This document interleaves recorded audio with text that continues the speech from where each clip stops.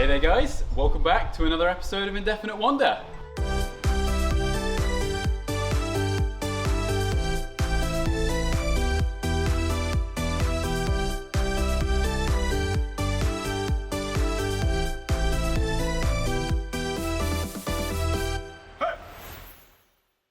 So on today's episode, we're going to be installing a bash plate on our Mitsubishi Delica.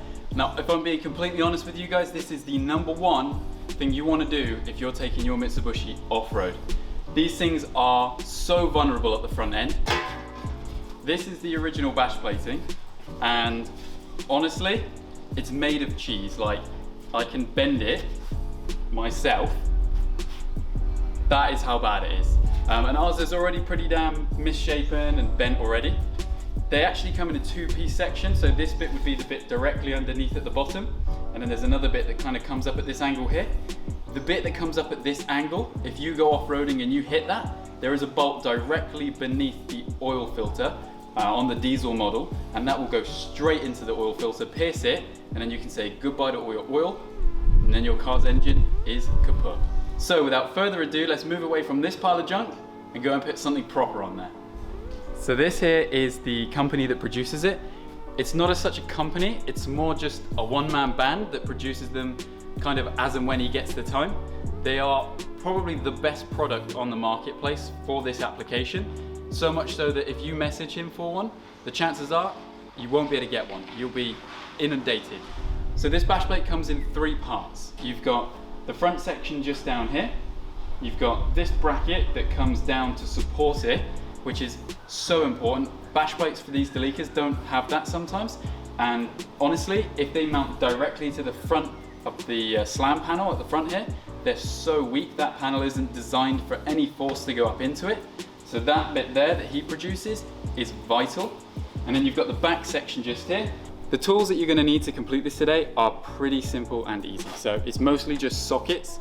You might want some spanners if things are, I don't know, awkward or difficult to get to, but really you should be able to get by with what we've got right here. So we have down the end here a 12mm socket, we've got a 13mm, we've got a 14mm, 16mm, 17mm, and a 19mm. And then you're going to want mainly just 1/2 inch, but you could put an extender on there if anything's difficult to get to. I imagine you'll be able to get by with just a 1/2 inch though. So with the old one, I've obviously got ours off already. You will probably be able to get it off so easy. It's just an assortment of bolts. You can't miss them. They're very obvious and easy to find. Once you've got that off, the next stage is going to be fitting this new stuff. So I'll show you how the best way to do that is. There is instructions supplied when you purchase this. He will email you through some instructions. They are very useful and very handy. I'm just going to give you a visual representation today so you can actually see how to go about doing it. So the first thing that's got to go on is this supporting bracket just here. Now, it's really easy to get on. It's slightly different depending on whether it's a Series 1 or a Series 2. Ours is a Series 1, so we may need to use a couple of washers on the passenger side because you've just got to space it out slightly just so that these bolts here can line up with the holes. We're going to be using the 17mm just here, and first things first, we've got to get those two bolts that are on there at the moment off because they've given us new ones here which are high tensile and a hell of a lot stronger. So let's get underneath and I'll show you where those ones are. Now the first two bolts, there's one here on this side, which is where the nudge bar comes in and then bolts up the top on the driver's side, and there's one in exactly the same position on the passenger side, just opposing it.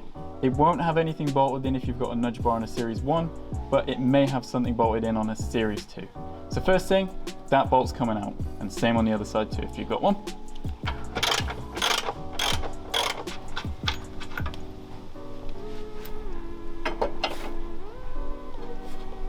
So you want to take your M12, this one here, with your spring washer and your washer, get it in on that driver's side first of all. And then just do it finger tight. You want to get your second one.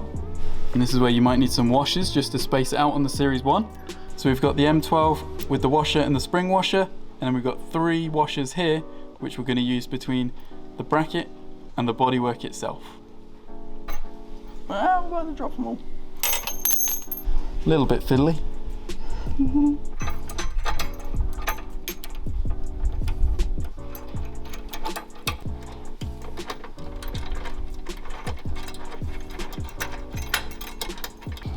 So the bolts provided are 19mm, so you're going to want to change from the 17 that you used to take these off, 19 to get the new bolts on there.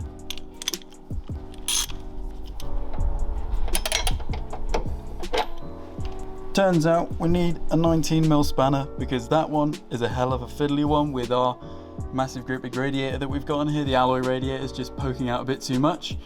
If it's a conventional radiator, you've probably got a thinner one, so there might be a little bit more room for you there. However, having said that, I 100% recommend you upgrade to an alloy radiator because you're going to definitely need as much cooling as you can get in a Delica, especially in Australia. So the first tool that we need, that I didn't state at the start, is a 19mm spanner. I did say you might need some spanners, but I didn't say which ones. Anyway, after you've got a good shot at my nose hole, you get that 19mm on that new bolt and just get it nice and tight. Once you've got those relatively tight, we're going to stop. You don't want to completely tighten them because you want a little bit of movement so that you can get everything lined up, and then we tighten everything at the very end when it's all in place. So stop before you fully tighten those. Cool. Fuck, my neck's dying down here. Ooh. What are you still filming for? Once that front bracket's on there, the next part is going to be to fit the front section here of the bash plate. Now there's two different ways you can do this. For a series 1, you want to get the two longer M10 bolts with the washers and the spring washers and fit those first of all for these two back sections. Then you want to slide this in and then install the front sections here with the other bolts. If it's a series 2, it's recommended not to do it that way. Don't put these in first and slide this in, because when you try to lift up the front to put these in, the bumper, which sits a lot lower, gets in the way apparently on a series 2. There's like a plastic section. So on a series 2, what the recommendation is to do the front ones first and then bring up the back to do the rear ones. So let's get underneath and get it on there. So first of all, we're going to get these two M10s in, the longer ones. So they're going to go in these sections. And then we're going to take this bash plate, slide it backwards into them, and then bolt it up to the front bar just here.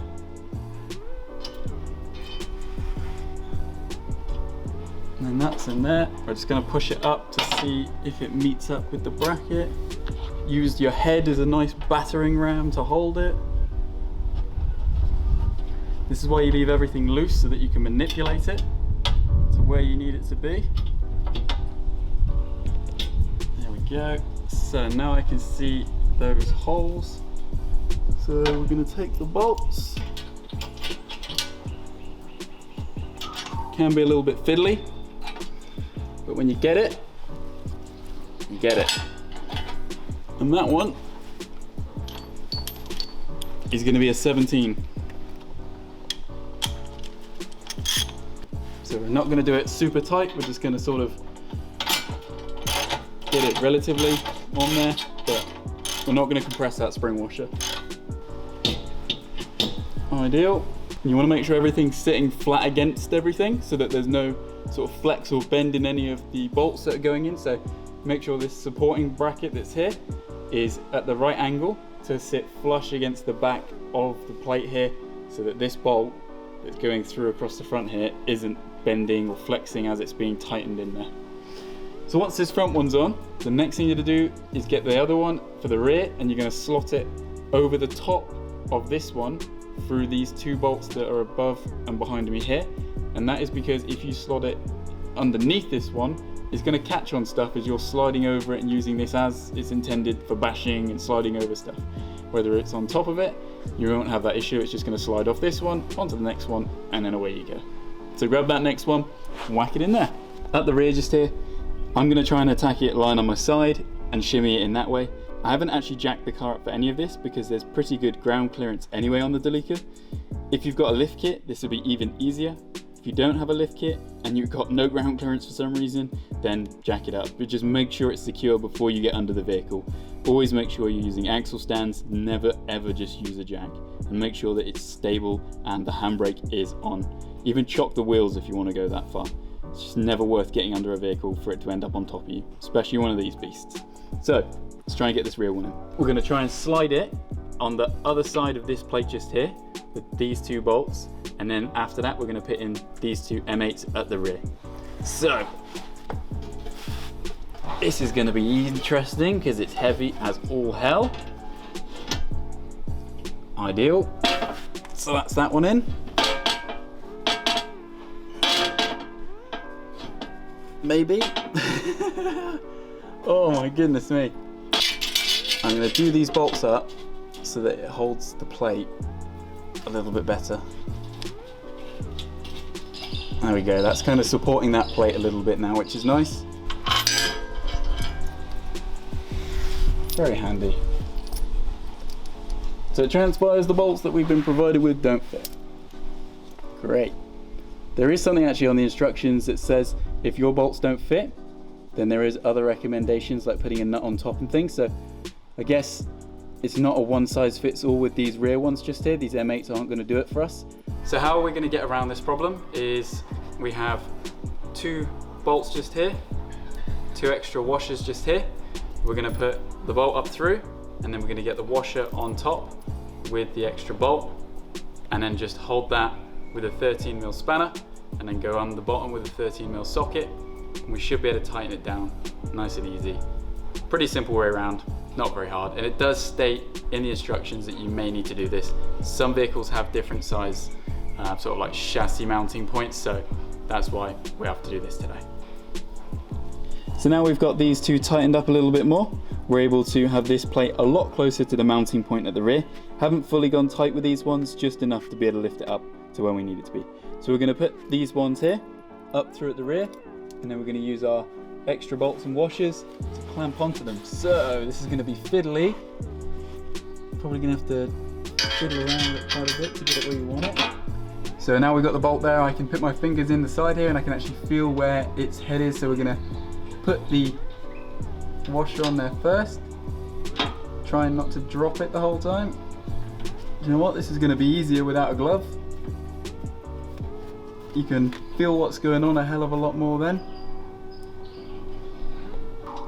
And I got it. So that's extremely tricky and difficult to get to, but a little bit of persistence and it will pay off, and you just got to tighten it down and get the next one in.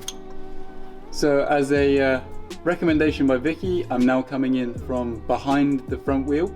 It's a lot easier to get to this space. There's a hell of a lot more room. You can just work here a lot easier. Luckily for us, this side here actually has a captive nut, the correct size we're looking for. So over the other side, either that nut is just larger, it does feel like there's a thread in there, or the nut has just somehow broken off in time. But yeah, hell of a lot easier this side just is. So we're gonna get this one tightened up now as well. My recommendation is going to be to do the front bolts just here that are attaching the bash plate front section to the bracket that's holding it. That should then allow this bracket and this to sit flushly together. Then do the bracket up to the bodywork itself. Once you've completed that, move backwards, do the center two bolts just here, and then once you've done those ones up, do the rear bolts right down the end down there. And then that's it. Once you've done that, job's complete.